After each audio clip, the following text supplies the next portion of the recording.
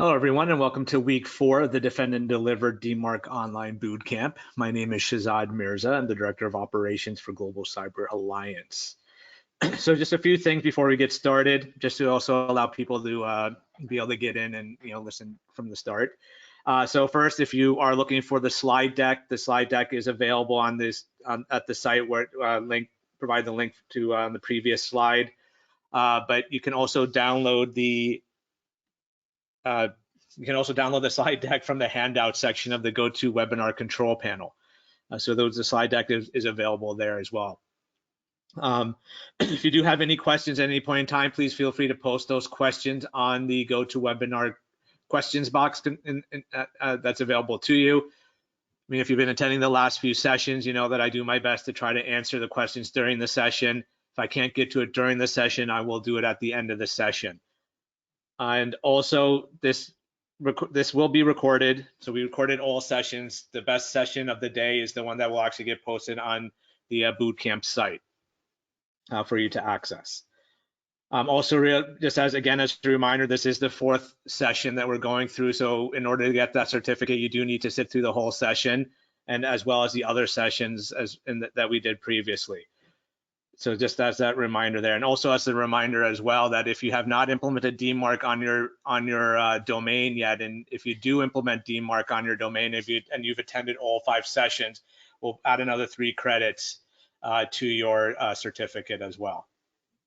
So there's a few things to take into account. So what are we doing this week? So this week, our focus is going to be on ongoing management. So we're going to focus really on reporting and analysis. So what are the steps that you need to do now that you have a DMARC policy in place, right? Because week 2, we talked about SPF and DKIM. Those are the 2 authentication mechanisms that you're going to use for DMARC. So that covers the authentication part, so the A and DMARC. We talked about the conformance last week, and Billy, we talked about the different parts to the DMARC policy. Right, so we broke down the DMARC policy. We talked about the different tags involved, and we talked about the values that you associate with those tags. One of which was being that conformance level, right? So your P tag, the policy being P equals none, P equals quarantine, or P equals reject. But now we want to talk about reports, right? Because now you've enabled the reports on your policy. You're getting all these reports in. What do I do with them? What do you do with them? How do you review them? What are the kinds of things that you want to look for? And what are the different types of reports? So that's our focus today. So we'll give you some examples.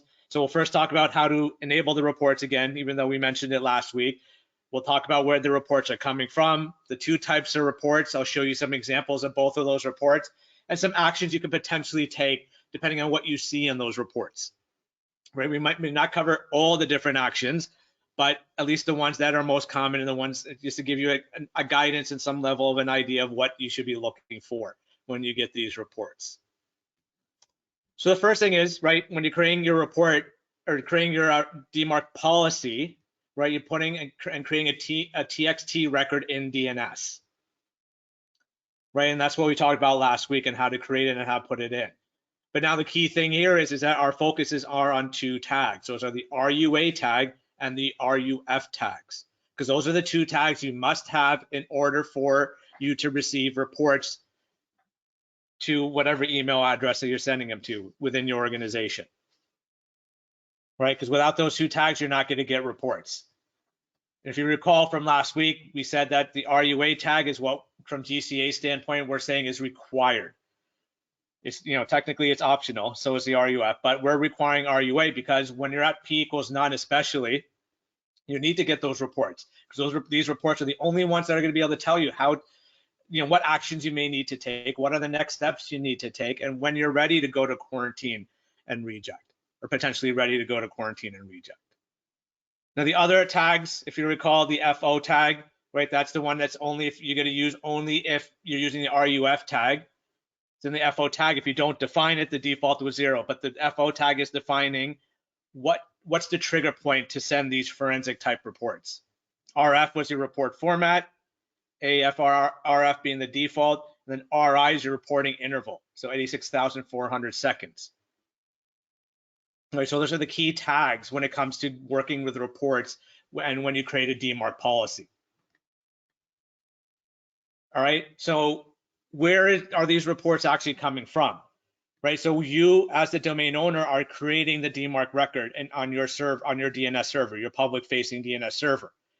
Sender's inbox, users typing out everything that they need to send out as usual. The sending org's email server, again, is where all the metadata is being added, right? So this is where you're adding the DKIM signature. This is where, you know, the server's IP address and so on. All this stuff is going to be put on into here. Now, the receiving side is the one who's going to take action, right?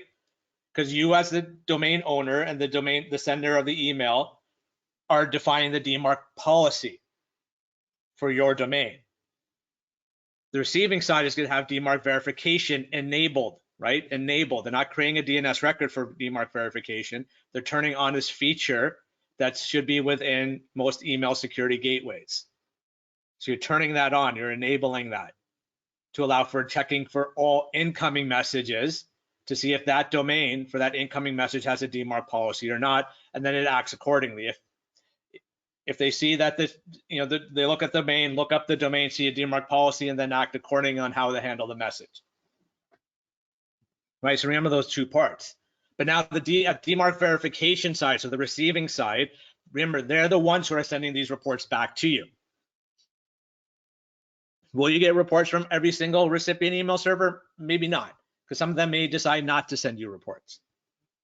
Right, and that is the case. There are a lot of service providers that don't send some reports, some types of reports.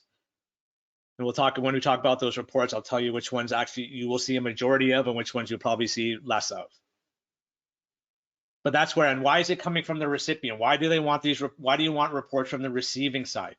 And the reason is because the receiving side is the one who's going to see everything, right? They're the ones who are getting messages from all these different domains, whether it's legitimate or not.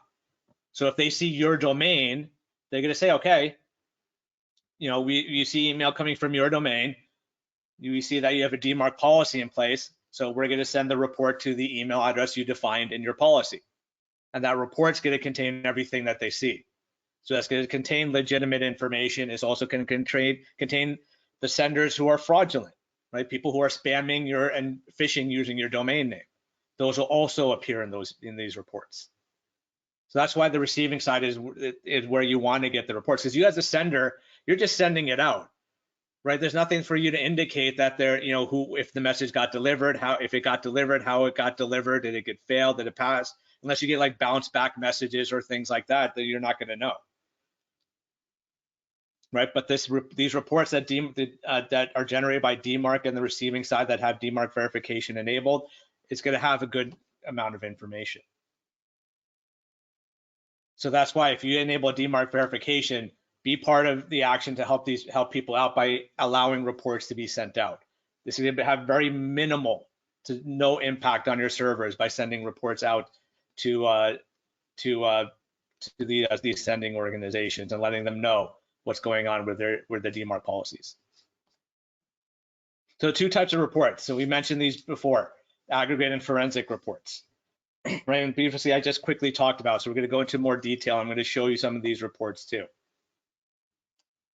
So the forensic and failure report, this is when you enable the RUF tag. So you put in RUF equals mail to : and then the email address you want to send this to, right? And then you can use the FO tag if you choose to define, you know, what triggers the sending of these reports. But this is the type of report you may not get.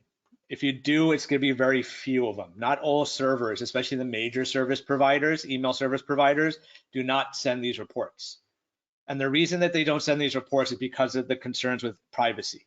Because what are these reports? Because they're technically actually not reports. They're actually the email itself. So the email that actually failed, whatever check, whether SPF or DKIM check or both. And alignment, those things, that's what's going to trigger it, right? So the point of the report is to really for the IT staff to be able to look at the headers to see what exactly it failed. SPF failed, DKIM failed for this particular message, so they can find out, okay, which server was the one that the message failed from. But these technically the failure reports could also be spam messages, right? Because they're associated with your domain, so you could get these as well, and you can find out what are the specific spam messages that are using your domain. But you can see the concern with privacy is that it not only has the message headers, right? And the message header is going to contain who the message was sent from, who was the intended recipient for that message. It'll have the subject line, but it can also contain the message body, and it can also contain the attachments as well. And I've seen that in cases where, like, we were working with a third party, and they were sending us reports. We don't typically consume reports, but we were getting reports from them, and we got these reports that were invoices, and they look like messages.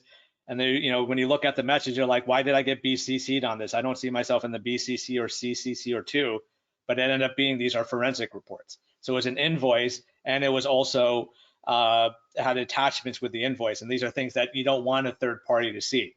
So as soon as we got those, we told them immediately to take us out of the RUF, so that way we don't see any more of these, and we deleted everything that was associated with it.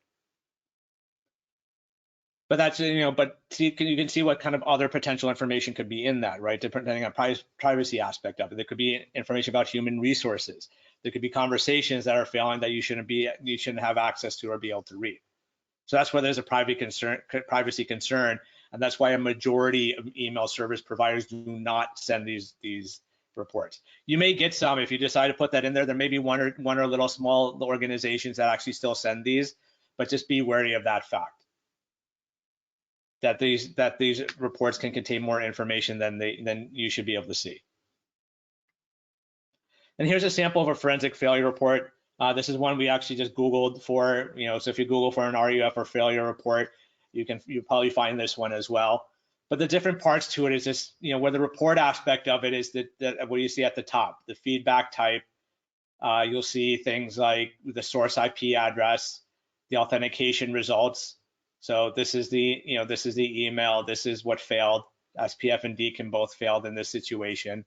You'll see all this a lot of information: delivery results, the DKIM signatures that were being used, where it was received from, the subject, the from address, the reply to, right, to whom it's going to, things like that. These are a lot of things. So there's a lot of information that you're going to find here, right? And it's using MailChimp to send this stuff, and it's using this particular domain name here to send that information. But we let the message body part isn't in there, right? The message body but there could be, depending on what's going on. In this case, it says that the American Society of Microbiology, so something have to do with American Society of Microbiology. So in this case, it was spam because how it was sending information in the email servers that were being used. But this is the type of information that can appear and show up. But you can see there's a benefit to it, but there's also a downfall to it as well. Because here, at least we know now SPF, if this was legitimate, so if we actually did set up a MailChimp server, or this organization set up a MailChimp server to use their domain name and so on, they would actually see, okay, well, SPF failed, DKIM failed, we use MailChimp, so we have to go back and reset or resync or readjust our MailChimp because we probably didn't click on something or set up something. So these you may not see. If you do, we do recommend putting in RUF just in case you do get a few of these. Just be wary of the fact of those privacy issues and privacy concerns that may fall into account with this. Aggregate reports. So when you put in the RUA tag, right? RUA equals mail to : and then the email address you want to send the mail to or the report to. That's what you would add into this. And what this will do is it will, anytime the receiving side sees information using your domain name, it's going to know to send an aggregate report to that email address within your domain. And what does that email have? That email will contain the report. It's actually a zipped attachment. So it's a zipped file. And inside that zipped file will be an XML document. Right, it'll be an XML document, and that's where you can put RF equals and choose AFRF or IODF, depending on what type of format you want. But it's always XML. So it defines the different schemas that you can use. So there are various ways of reading the report, and I'll show you an example of what a report looks like as an XML on the next slide. But before we get to that, now aggregate reports are the ones that you want to get. This is the one that, from GCA standpoint, we're saying is required. So you P equals none, semicolon, use the RUA tag and send it to a generic account internal to your environment, right? DMARC at company.com or DMARC at whatever.com or .org, .net, whatever email, whatever is for your domain, right? Because by default, you can only send reports to your domain. You can send to external domains, and I'll talk about that later towards the end of the presentation. How many are you going to get? That depends on how much email you send out and to how many domains you send out the emails to, and whether those domains that are receiving your emails have DMARC verification turned on or not, and if they decide to send DMARC reports back or not. Right, so if you send, and what's going to define how much information is in that report is that RI tag, right? The RI tag is by default set to 24 hours, so it's a 24-hour period. You'll get reports in about 24 hours, and that information will contain a 24-hour period worth of information. So if you send, say, 100 messages to gmail.com users, you should get one report back from Google saying, in the 24-hour period, we saw 100 messages from your domain. Here's the report. This is where the IP address of where we saw the messages come from. And this is how all those messages were handled. Right? It'll tell how SPF and DKIM were handled. Were they pass, failed? Did they pass, failed DMARC? Were they aligning? Were they unaligned? How many got rejected? How many got quarantined? How many didn't do it? Nothing happened to them. And then the IP address, that the sender's IP address, it doesn't have to be a legitimate domain or a legitimate server. It can be fraudulent servers as well. Right? So if they see fraudulent type of activity from servers that you're not actually sending mail from and you're not using, those will appear in the report, regardless of which level you set your policy to. Okay? So you can see what the benefit of these getting aggregate reports is, because now at this point, by getting those reports, your IT staff can go in and say, okay, these are legitimate.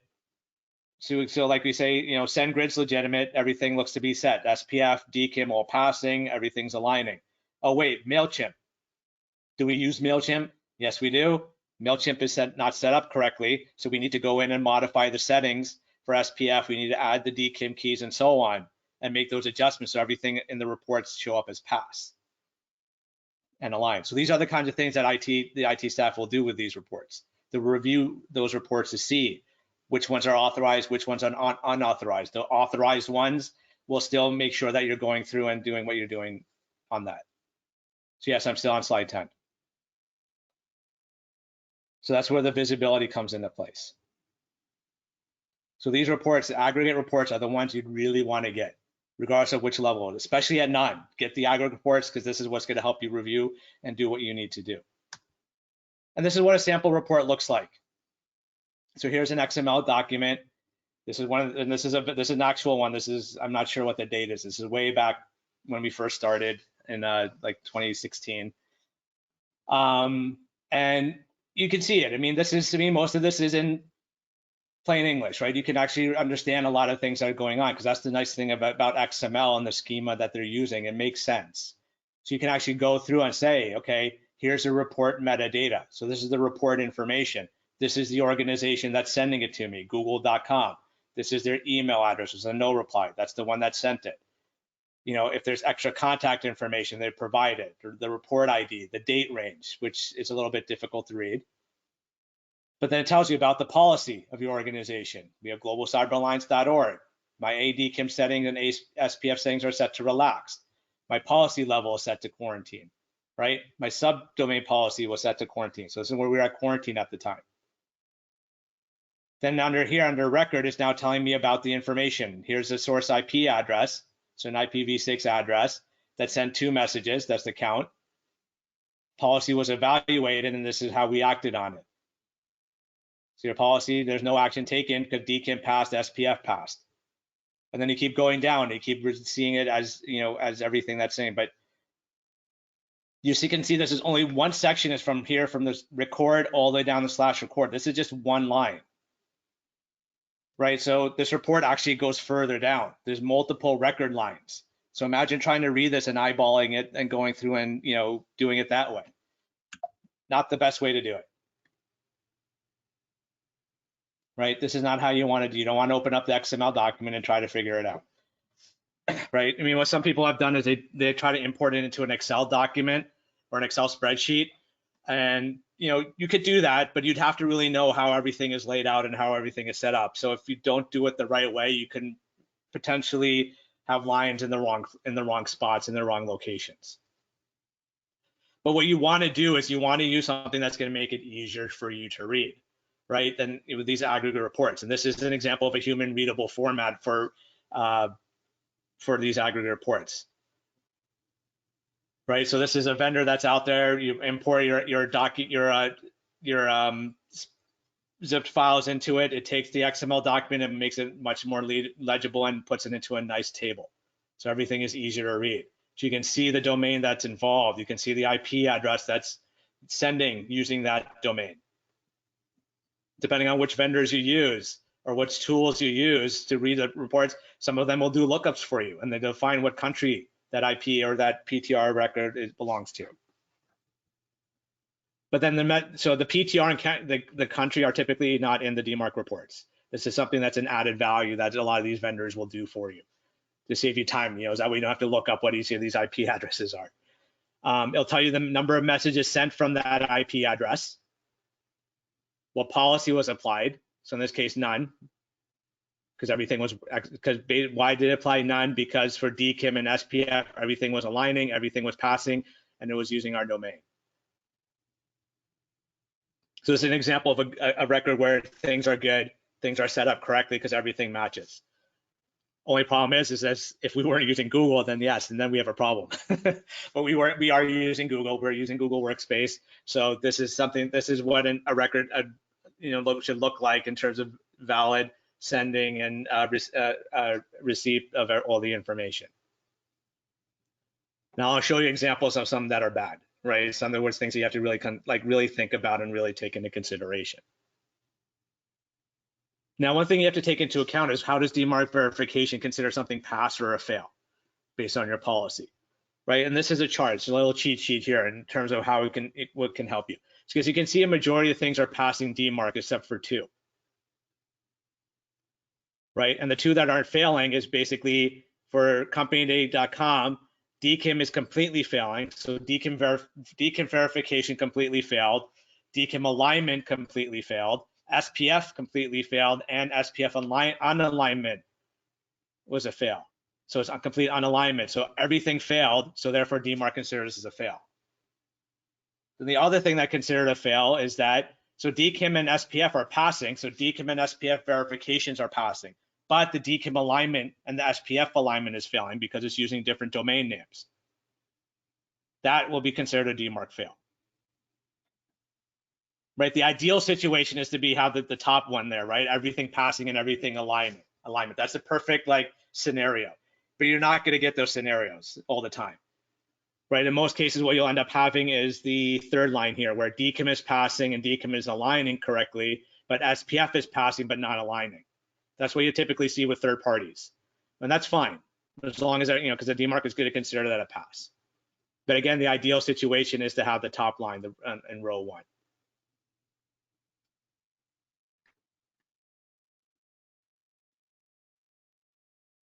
So there's a question here. What happens to an SPF check when an email is forwarded and the final destination sees a new IP not included in the original sender's SPF? If it fails, is there a word? So yes, that would be considered, from DMARC perspective, that would be considered a fail. What you want to have is make sure you have DKIM enabled, because DKIM tends to be the one that actually will get preserved when it's forwarded.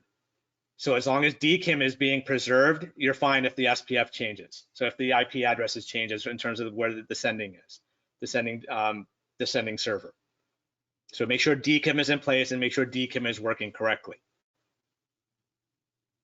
That's the best thing to do. What happens if DKIM's not enabled? And if DKIM, so if you're just using SPF by itself and SPF fails, that's a fail. That's a DMARC failure. That's why it's highly recommended to go to what the first line is, right? And then the first line, you have both. You have, DKIM passing and SPF passing. If you can do both, which the majority of systems do, that's what you want to do. or at least make sure one is working. And DKIM is the one that you want to make sure is working.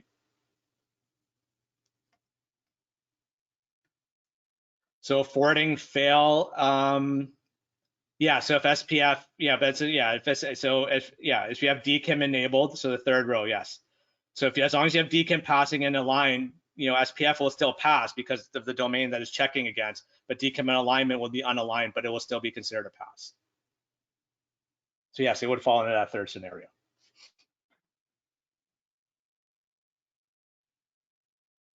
So those are things you have to take into account. So SPF alignment is going to be SPF and DKIM alignment are going to be very important. We talked about this in week 2, but I want to go over it again because just to stress the importance of making sure to try your best. You're not always going to get SPF alignment in place, especially when you're using third-party vendors. Right? When you're using things like HubSpot and MailChimp, Salesforce, you're not going to get 100% SPF alignment, which is fine because that's where you want to make sure DKIM alignment is in place. But what you're checking for to make sure of SPF alignment, right? You're checking the return path against the from header, for the from address. As long as those two match, you're good. And then with the received SPF is going to be, basing it on the return path and checking against that. Where the failure happens is when you're using those third-party servers that they can't make that adjustment. They can't change and dedicate these IP addresses to just your domain. Right, because they have multiple customers, they have multiple people that they're assigning the same servers to. In most cases, I mean, Google seems to do it fine. Office 365 seems to do it fine. At least I think it does. If we got reports from Office 365, we would know better, but we don't.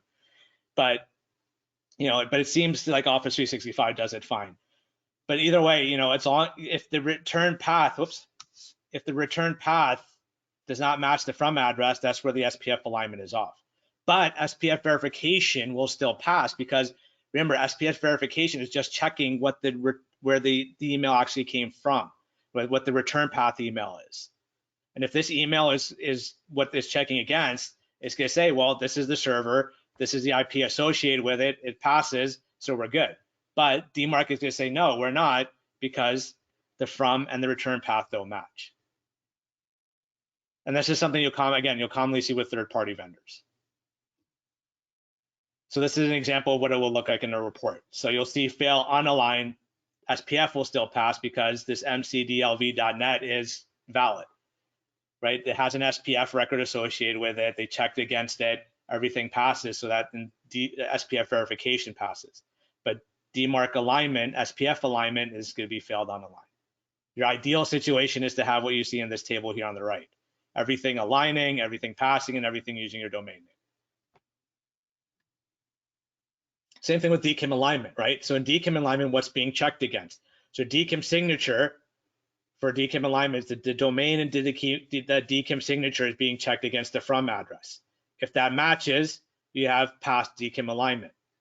And then this is the domain is going to do the verification against for DKIM verification, and everything should hopefully pass if it's sent from the right location. The failure is when you have a different domain in your DKIM signature compared to the from address. These don't match up, therefore DKIM alignment is failed. And that's what you see in this chart here. Right, but you see it like DKIM, everything seems to be passing. So DKIM verification is passing, but it's fail on aligning because the from address is globalcyberalliance.org, but the DKIM domain is showing mail9.mixsignup.com. So there's a fail unaligned. So if SPF is also failing, these whatever number of messages were in this row were basically got rejected, same as the ones below. But if SPF was passing and these were getting failed unaligned, everything should still go through. So again, the ideal situation is to have everything aligned, everything passing, and have the same domain. Like Global Cyber Alliance appears throughout the DKIM and D equals sign. Right, so that's why I wanted to go over SPF and DKIM alignment again, just to reiterate the fact that you need to check something like that. DKIM alignment is something you should be able to achieve relatively easily. The SPF side is going to be a little bit difficult, so don't try too hard. I mean, do what you can, but don't beat yourself over the head if you can't get the SPF to get it to align correctly. As long as DKIM alignment is 100% all the time, you should be fine. And that's with third-party vendors. So what are the things to look for in reports? So in this case here, so this is a DKIM issue. There's a problem with DKIM here, right? And the reason I know this is when I look at my domain, it's globalcyberalliance.org. These are the IP addresses that are sending using my domain name. These are the servers in the country. This is the number of messages. What policy was applied? In this case was none. And I'll tell you why. Override reason. And so what override reason means, so let me just take the opportunity to explain what that means. So override reason means is that those who are implemented DMARC verification, they can actually override your policy if they choose to. Right? They have the option. So some of the DMARC verification tools will allow the option to say that, well, if their policy is set to quarantine, we're going to actually reject it, you know, if they choose, if based on whatever's based on settings. Or they can say if your policy is set to reject, instead of reject, we're going to drop it down to quarantine. That's something like Microsoft, for example, does that.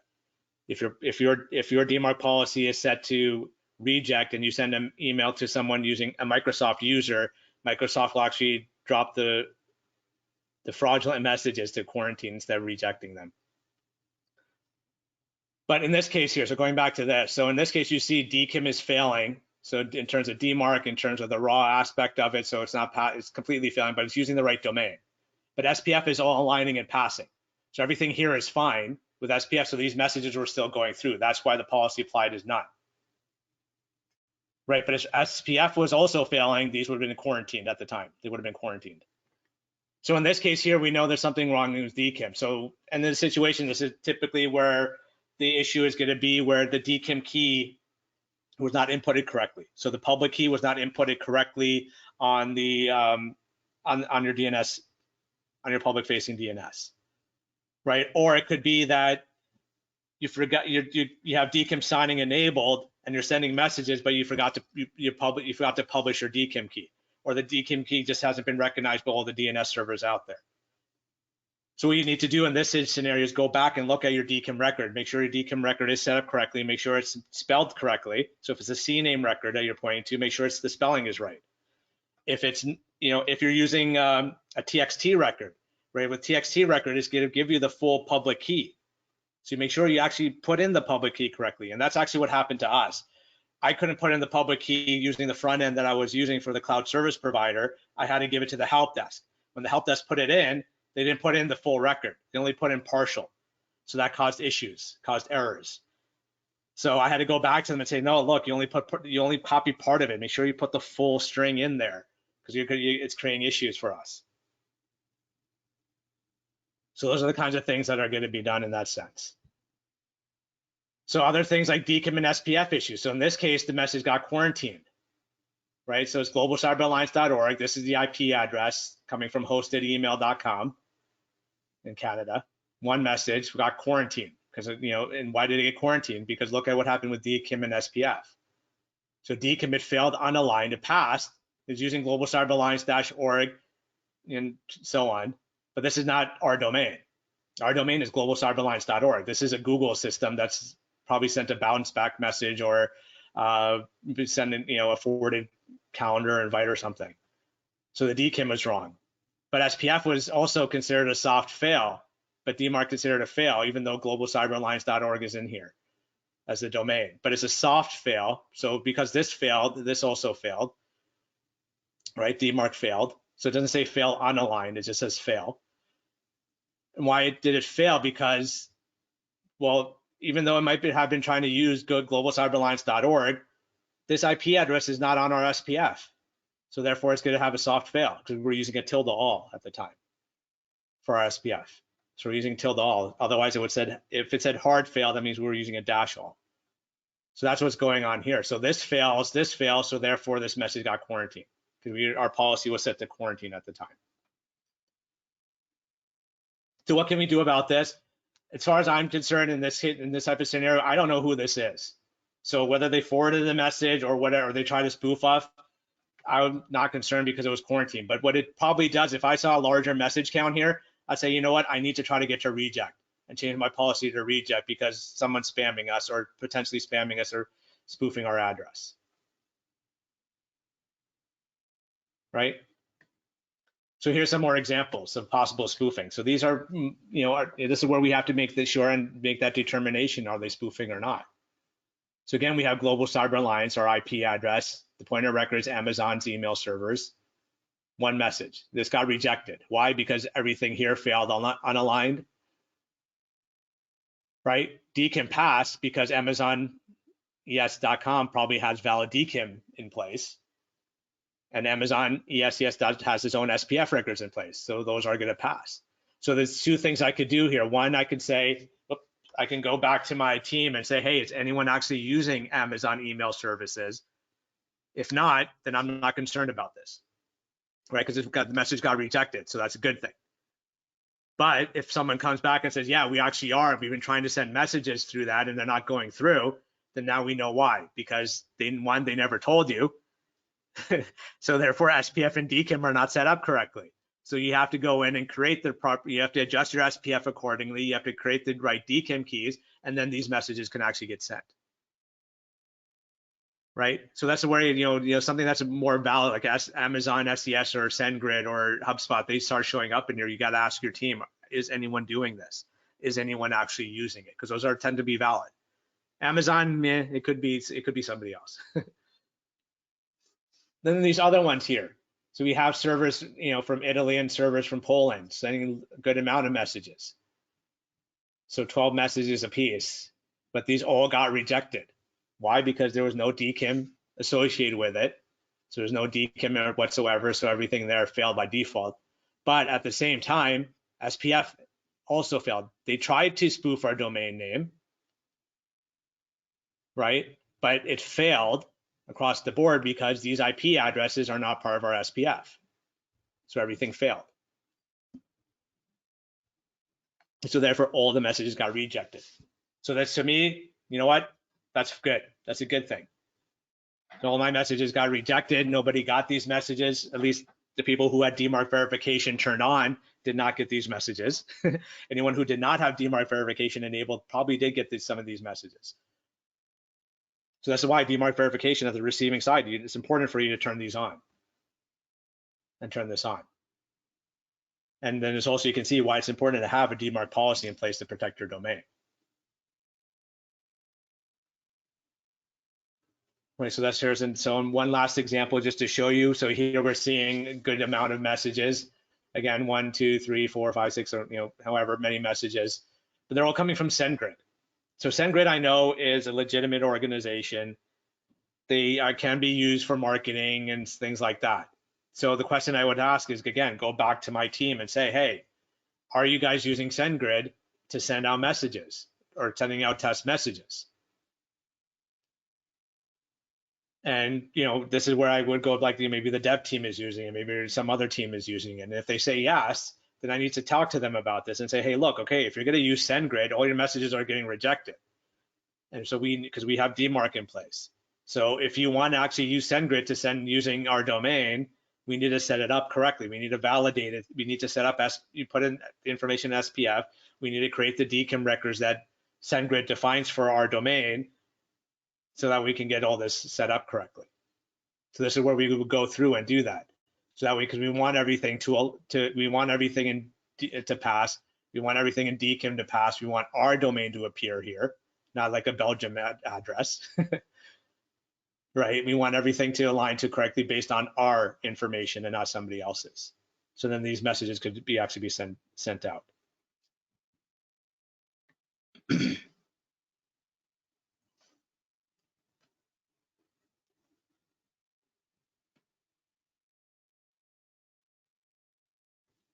So that's something to take into consideration when you're doing it. So what do we do to get these human readable formats? So you have different DMARC service providers available to you. So this is a list of a few. There's not all of them. There's a good majority of them out. There's like Easy DMARC is one that's not on the list. Easy DMARC is a great provider. Just because you don't see them on the screen doesn't mean they're not good. These are just the ones that that we've had some level of partnership with. We've talked to about quite a few things, but there are a bunch of other ones out there like Fraud DMARC, Easy DMARC. Those are also really good service providers as well, and you can utilize them as well. But obviously, there's going to be a paid so these are paid services in this scenario that I'm showing you here. right? And most of these will provide you with other features as well, and not just DMARC, like Agari, Improved Point, and 250 OK. They provide other fraud protection mechanisms around email as well. So that's something that can take into consideration as something you can use. But again, there's a cost associated with these providers. So what we wanted to also show you is because we understand the cost aspect of it, so we're giving you quote unquote free options as well. Right? So there are free options out there. We put free in quotes because depending on which direction you go, you may actually have to stand up a server, right? So like if you use the NCSC, the UK NCSC, St. Louis County's one that they created, parse DMARC, you actually have to stand up a server, right? You have to stand up a server. We have to give it a good amount of RAM, good amount of processing, set up email services on there, set up your DNS and things like that so it accepts messages and accept these reports. So you have to build the server. So there's a cost associated with building that server, right? Unfortunately, virtual machines are not always free, right? Especially when you need a powerful server. So you have to actually read their information and take a look and take in that information and take into account. So, and then there's staff time, right? Then you have to have your staff time to take the look at the reports, interpret the reports, try to figure out what the reports are saying and what they're when they're being parsed by these types of tools. Then there's XML to human converters. So DMARC, yes, they have a paid service, but they also have a free XML uploader, which can actually go in and use it for free. The downfall to that is that if you have 100 reports and you can upload all 100 reports using their free tool. Problem is that you're going to get 100 individual links. So on 100 individual links available to you. So that's not always feasible. So that's why if you have a small number of reports, then you may want to use something like that. There's things like PostMark and MX Toolbox. So MX Toolbox, so someone's telling me it's not a free service. So either something changed. So there should be a free capability with MX Toolbox as well. So maybe they're just seeing a lot of traffic where there's a paid version as well. But I'm more familiar with the free side, which is okay. I mean, it's not something it's not great, but it's something that's enough to kind of help you out a little bit. Postmark, they tend to send weekly emails rather than daily emails when you're going through and reviewing it. Then there's other third-party tools, and these might be older tools. I'm not sure how well they've been updated or maintained, but we wanted to give you other options that people have provided. So LinkedIn, SendGrid, and Yahoo have their own as well. So that way, again, these are things that you may have to build them, you have to put them together, so these are things that you can consider using as well. Now, external destination verification. So this is an aspect or feature that's available with DMARC reports. So like I mentioned before, when you send up RUA and RUF reports by default, right, you cannot send to external domains. You could put the external domain's email address there, but they're not going to receive all the reports. For some reason, Google tends to bypass it, but all the other ones are not going to send reports to that destination, to that external domain, right? In order for you to be able to send to those external domains, right, that external domain, which is the receiving end of the reports, they have to create this DNS record on their end. Right, so if I have gotdmarc.org, which I don't use for email, but I have Global Cyber Alliance, right? So I have Global Cyber Alliance, so I can send the gotdmarc.org reports to Global Cyber Alliance, my globalcyberalliance.org email address, right? But in order for me to do that on globalcyberalliance.org's DNS, I have to create a record that starts with gotdmarc.org._report._dmarc with a value of dmarc equals 1, v equals dmarc 1. Then globalcyberalliance.org will get all the reports for gotdmarc.org. Right, and this is what you would do, like if you own other domains. So like in this case, here's the example I'm giving. If gotdmarc.org is the domain that I actually use for email, but I own .com, but I want to, so I can send the gotdmarc.com reports to gotdmarc.org. So they can, but this has to be set up on whomever you're going to send the reports to. So like all these vendors are going to set something similar to that, something like this on their DNS on their side in order to be able to receive these reports. All right, so take that into account when you're trying to send reports to somebody outside of your organization. You can't send to Gmail accounts or Hotmail accounts, right? If you try to do that, the only reports you're going to see are Google accounts, and that's it. That's all you're going to see. You're not going to see anything else. So another thing to take into account, because we've heard a lot about this in terms of GDPR, and also some other privacy regulations and laws that are coming out as of late, like the California privacy law. I know a lot of other US states are starting to go that route as well. So the concern is that, well, these reports aren't going to give you the privacy that you need, and that the level of privacy that's defined. That depends on how you take a look at the reports, right? Because I know some countries consider IP addresses as PII. So maybe that might be the situation in that type of scenario, right? But these reports, where are they going to? The reports are only going to whomever you define in your RUA and RUF tags. Otherwise, they're not going to anybody else, right? So that's where the more that situation comes into with privacy issues is those forensic reports that I mentioned before, right? Because those forensic reports can contain message body, that can contain attachments. And that's why a large majority of organizations have decided not to send those anymore. And then even if you do want to put in the RUF tag, you can do that, right? And you may or may not get some reports, but then make sure whoever is receiving and reading those reports are people within your organization that have those confidentiality agreements and things like that, so they're not supposed to discuss anything that they see in this. Right, and the DMARC working group is actually taking a look at these forensic reports and saying, okay, what can we do? Because there is some value in that, but the privacy concern is completely valid. So what can we do with these failure reports? Can we redact some of the information, right? Can we minimize it so that we're not seeing, like, can we eliminate the message body and maybe the subject line? So that way you're just seeing the message headers, which just gives where it's coming from, what's failing, what's not failing. Right, so those are things that are being reviewed. So that's why until that happens, you're not going to get too many forensic reports, if any at all. Like for Global Cyber Alliance, when I go back, I have yet to see a forensic report for us, but I have seen other people get forensic reports. So what are your next steps? The next step is now that you have the reports, we give you some idea, so not of what kind of things to look for and what actions you need to take, right? So you need to take a look at the reports, and depending again which vendor you have, they'll break it down nicely in terms of what who are the senders. And you need to determine, are those senders legitimate or are they fraudulent? And the ones that are legitimate, you need to make sure that they're passing, right? You make sure SPF is set up correctly on your end. Make sure the DKIM records are in place, and everything is active accordingly based on the admin portals of the third-party vendors. Right? Do all those changes and adjustments that you need to make, especially when you're at P = 9.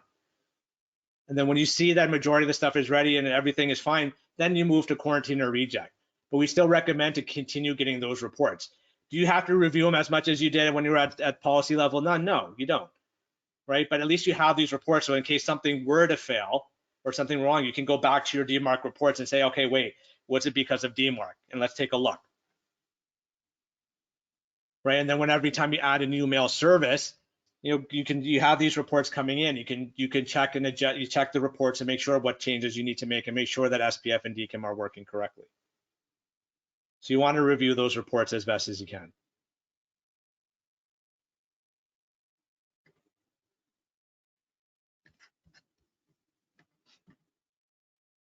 So that's everything about reports. I mean, it's just enough to get you started and hope to get you going. Again, if you do need help in terms of reviewing some things, or if you have questions on certain reports, what we're seeing, you're always welcome to contact us. Just give us a snippet of what you're looking at, and we can try our best to help you out in terms of what you're seeing there. But as a reminder, for week 5, next week is on June 2nd. So we're going to have a quick wrap up of everything, or some of the key parts in terms of what we talked about over the past few weeks.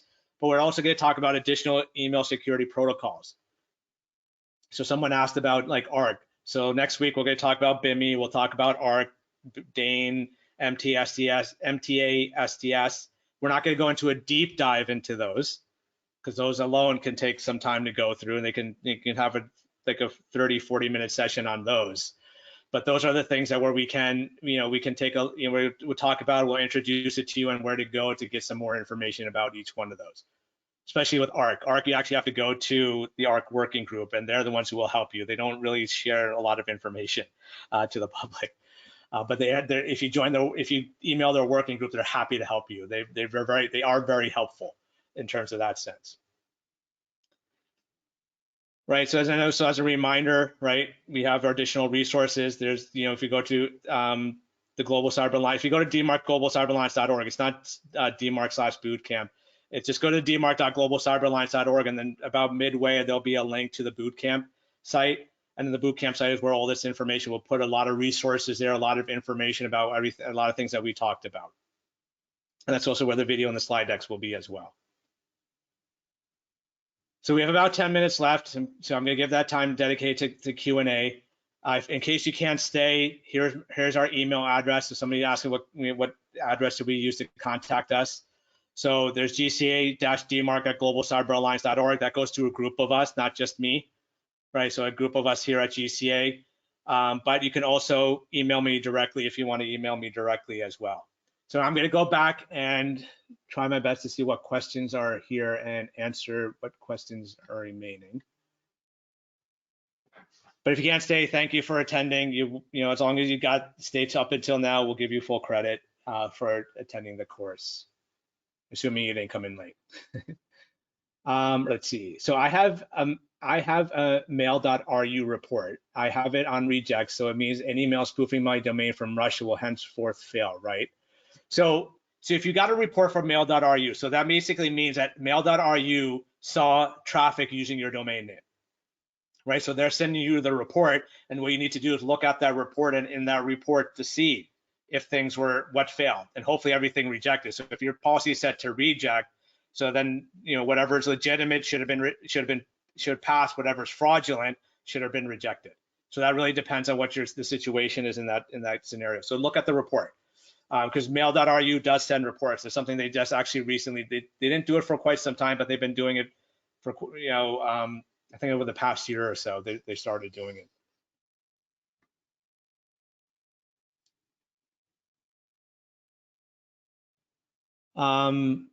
So like, so people are saying, asking about reading through the logs and how much space is. So the logs themselves don't take a lot of space. They're actually in kilobytes. They're very small in most cases. But obviously if you get a ton of reports back, it's going to, the space is going to add up. It depends on your situation, and whether you will use the free services or you pay for the vendors. I mean, typically I say if you get, like 10 or 20 logs or reports on a daily basis, maybe try out the free services, like try out some of the XML uploaders, try parse, try Postmark or MX Toolbox, or EasyDMARC actually also has a free uploader as well. So EasyDMARC.com, I think, yeah, EasyDMARC.com. They have a free uploader as well. So try them out, and see how much, if you have the time to go through and do it like that. But if you get more than that, then you may want to really actually seriously consider using a vendor. If you're getting 50 or 100 reports, trying to sort through them individually, it's not feasible. And that's where the vendors can help. And each of the vendors have various cost levels. So depending on what you need, I would visit each one of those and just see which one best suits you the best. How many mail services understand the SPF macro options? So you mean, so these are people who do what they call dynamic SPF. So Value Mail on DMARC are two vendors that actually provide that option for you. So it's just, obviously it's going to be a paid service, but they do provide that option to you if you choose to use them.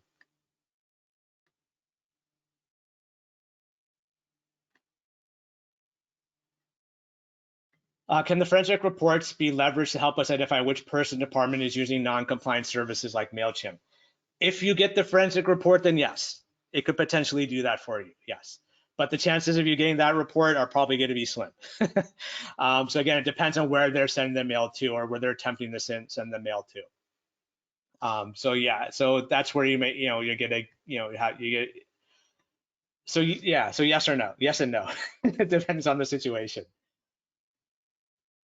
Have I seen any forensic reports from MailChimp and using Mail? I haven't seen any, but that doesn't mean it won't get sent. It depends on who the receiving side is. If they send forensic reports, then yes, you'll be able to figure it out. If not, then you're not going to. Is there anything you can do if you're getting bounce backs and know that your domain did not send the emails in regards to recipients who do not have DMARC verification set up, so emails are bouncing back but not being rejected necessarily? Unfortunately, there's not much you can do, especially if they don't have DMARC verification set up on the receiving side. You know, and if they're getting bounce back messages, hopefully there's some other sort of protection that they have in place that are causing those bounce back messages to come to you, and they're rejecting your mail based on some other aspect of it. But yeah, I mean, without DMARC unless you have like SPF verification or DKIM verification set up, you know, could be another way, but it's really on the receiving side. A lot of cases, what I've seen like with bounce back messages is that because like Google, I've seen do it quite a few times, and Microsoft does it. It's because they say that, look, we've seen a lot of spam from your domain and from your organization, so we're going to reject your messages until you have DMARC set up, or you have some sort of verification or authentication set up. I've seen a lot of situations in that case. Did you say Office 365 do not send any reports? That is correct. Microsoft currently does not send any aggregate or forensic reports. We're hoping that will change, and we're hoping that will change really soon.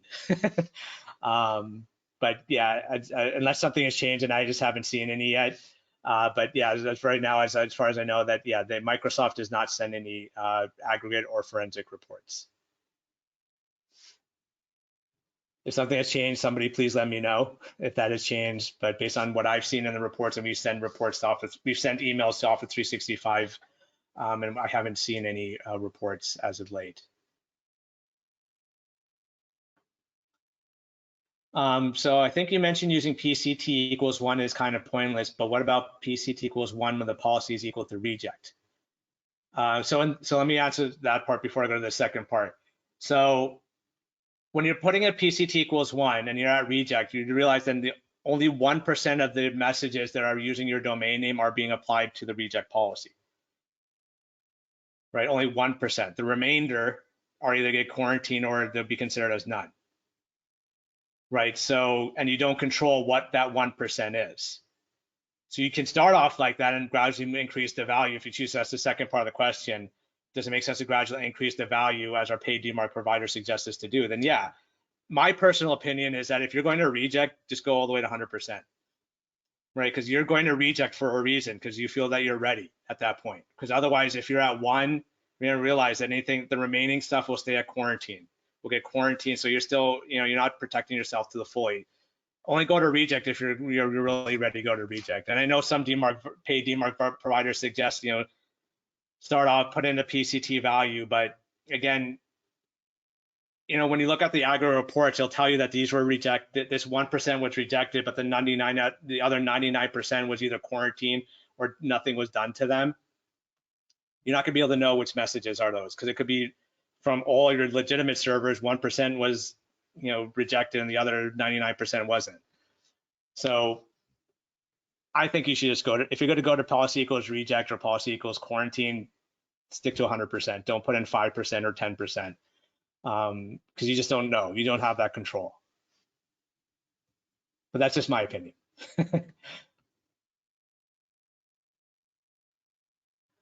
What can O365 customers do to encourage MS to start sending reports? Just pester your servers. If you're using it, if you have a salesperson or somebody that you can talk to, just say, hey, is there any way you can send reports so I can know what's actually happening with these reports, what's going on, and get a full picture? So if you can push them in any way, you can talk to somebody. If anyone knows anyone the Office 365 side, then that would be great to just pester them on that. I know a lot of organizations are doing so, and I think they're starting to bend, but I can't say for sure. How long do you have access to the Bootcamp website and resources? And I would like to say indefinitely. So we're not going to take them down. We're going to keep them up. They're going to stay there. The only time it'll ever change is if we decide to do another Bootcamp, then we update the videos, but the resources tend to stay the same. So yeah, the Bootcamp website will be there indefinitely, or as long as GCA is in existence, it should stay there. And it's free access, so you can share it with other people, let other people know about it, and have them watch the videos and go through everything and setting it up. Is there a reason for a domain to remain at P equals quarantine? So what I've seen with some organizations is they have difficulty going to reject because some of those third-party systems that they're using don't. You can set up SPF, but the SPF isn't set up correctly, and then DKIM isn't supported. So they tend to stay to quarantine, so that way they're hoping that at least the message still gets through. I mean, because there are some, unfortunately, like I think I forget which one. I think Shopify may be one of the ones that are out there. I forget what they support. They do SPF, but they don't do DKIM or something like that. So people stay at quarantine, so at least the messages will still get through. And even if it shows up in the quarantine folder, at least it's there. At least they feel at least it got to some level. But you could also see the pitfall to it if messages keep going to quarantine, especially if it's fraudulent messages that go there. People are going to question legitimate messages that they actually get in the inbox as well. So if you can try to get to reject, it is recommended to try your best to get to reject. But at least at quarantine, you have some level of enforcement and some level of protection as well. So Microsoft's current DMARC entry shows P equals reject and PCT equals 100. If the default is PCT 100, is there some reason I'm missing? Is why it's explicitly? I'm not sure why they explicitly defined it at 100. You don't have to.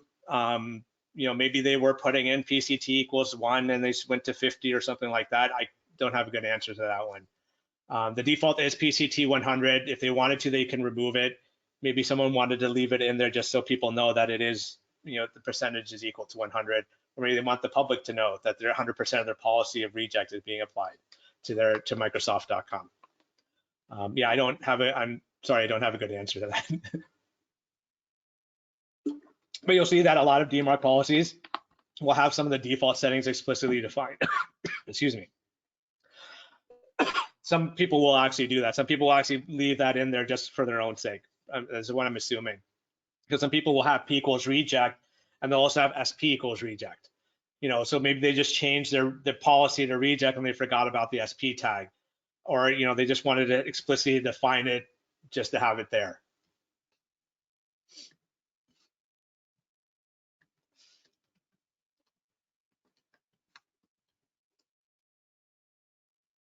So I think that was the last question.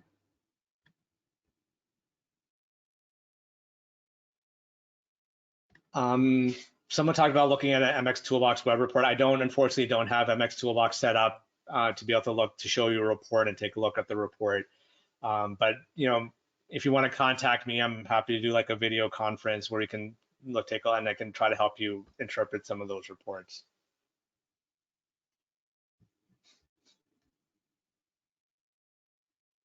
All right, so just don't forget, there is one more session, right? So the wrap-up session, you do need to attend that wrap-up session. And that wrap-up session is where we're going to just do a review. Especially if you're looking for that certificate, you do need to attend the fourth session as well, or sorry, this last session. If you don't care about the certificate, then fine, you can watch the recording. But if you want that certificate, make sure you attend next week on June 2nd. So thank you, everyone. I hope this has been valuable, and I hope to see you next week. And then we'll send out certificates after that last session, probably a week or two later after that last session. So thank you, everyone. Again, if you have any questions, feel free to contact us or post a question on the community forum, and we're happy to help you out with your DMARC journey. So thank you, everyone, and we'll see you next week.